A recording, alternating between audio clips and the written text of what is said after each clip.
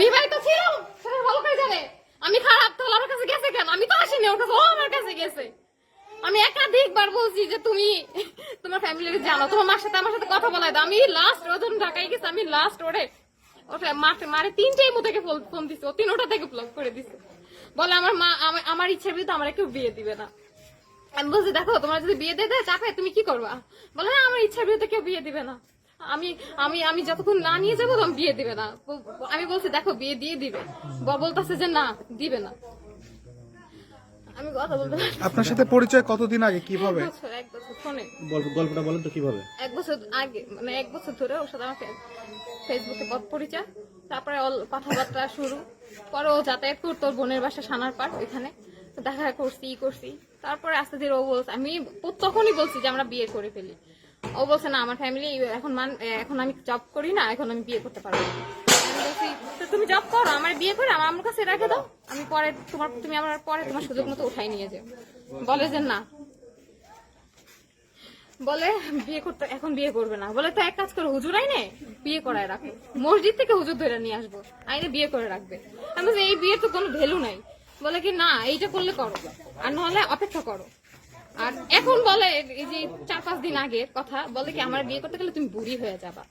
আমি বলছি তোর তো কম বয়স হয় নাই, তুই আমি বিয়ে করবি না কেন? তুই যে একটা বছর আমার সাথে থাকলি, খাইলি, ঘুমাইলি, সব করলি, কেন করলি? তুই যদি এগুলো থাকতো তাহলে আগেই বলতি যে আমি তোর সাথে টাইম পাস করতেছি। হ্যাঁ, আমি তো খারাপ মেয়ে, আমি খারাপ মেয়ে দেখে এই অবস্থা আমার। আচ্ছা, এখন আপনি কোনো আইনগত পদক্ষেপ নিয়েছেন কি? আমি গতকালকে আসছি তাদের কাছে জিজ্ঞাসা বলতে, তারা আমারে প্রথমে অনেক খারাপ আচরণ করছে। একটা ছেলে দিয়ে ধমকি দিচ্ছে, আধা ঘন্টার ভিতরে যদি আমি না বেরোয় যাই আমার নাকি অন্য পদক্ষেপ নেবে আমারে বের করার জন্য। তারপরে আমি দ্বিতীয়বার আমি বাসা চেক করতে আসছি যে ও বাসায় লুকায় রাখছে কিনা। তারপরে ওনারা আমার সাথে তুলু করতেছে। তা প্রথমে জুতা মেরে তার গরুদান করার কোনো মানে নাই। তা আমি বলি নাই যে তারা আমার মারছে, কিন্তু রাব ব্যবহার করছে আমার সাথে প্রথমে। আর এখন বলতেছে আমি আইনগত ব্যবস্থা নিচ্ছি, ওইখানে গেছিলাম। পরে আমি একটা অভিযোগ লেখাইছি, পুলিশ আসছিল 10:30 বাজে, এসে দেখছি যে ও বাসায় নাই। তো ওর মা বলছে যে আমার ছেলেগুলো কিছুই করে নাই, একদম অস্বীকার। আমার নাকি বাচ্চা কাচ্চা আছে।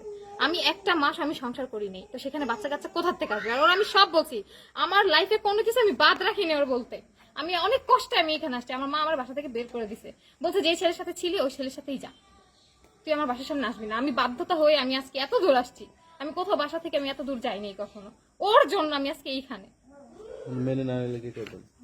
মেনে নিতে হবে, নাহলে আমি অন্য ব্যবস্থা নেব, আর নাহলে আমি সুইসাইড করব। এটা ছাড়া আমার কাছে আর কোনো রাস্তা নাই। আর আমি এখন যেহেতু শুনছি বিয়ে করছে, আমার বিশ্বাস হইতেছে না। মূলত এখন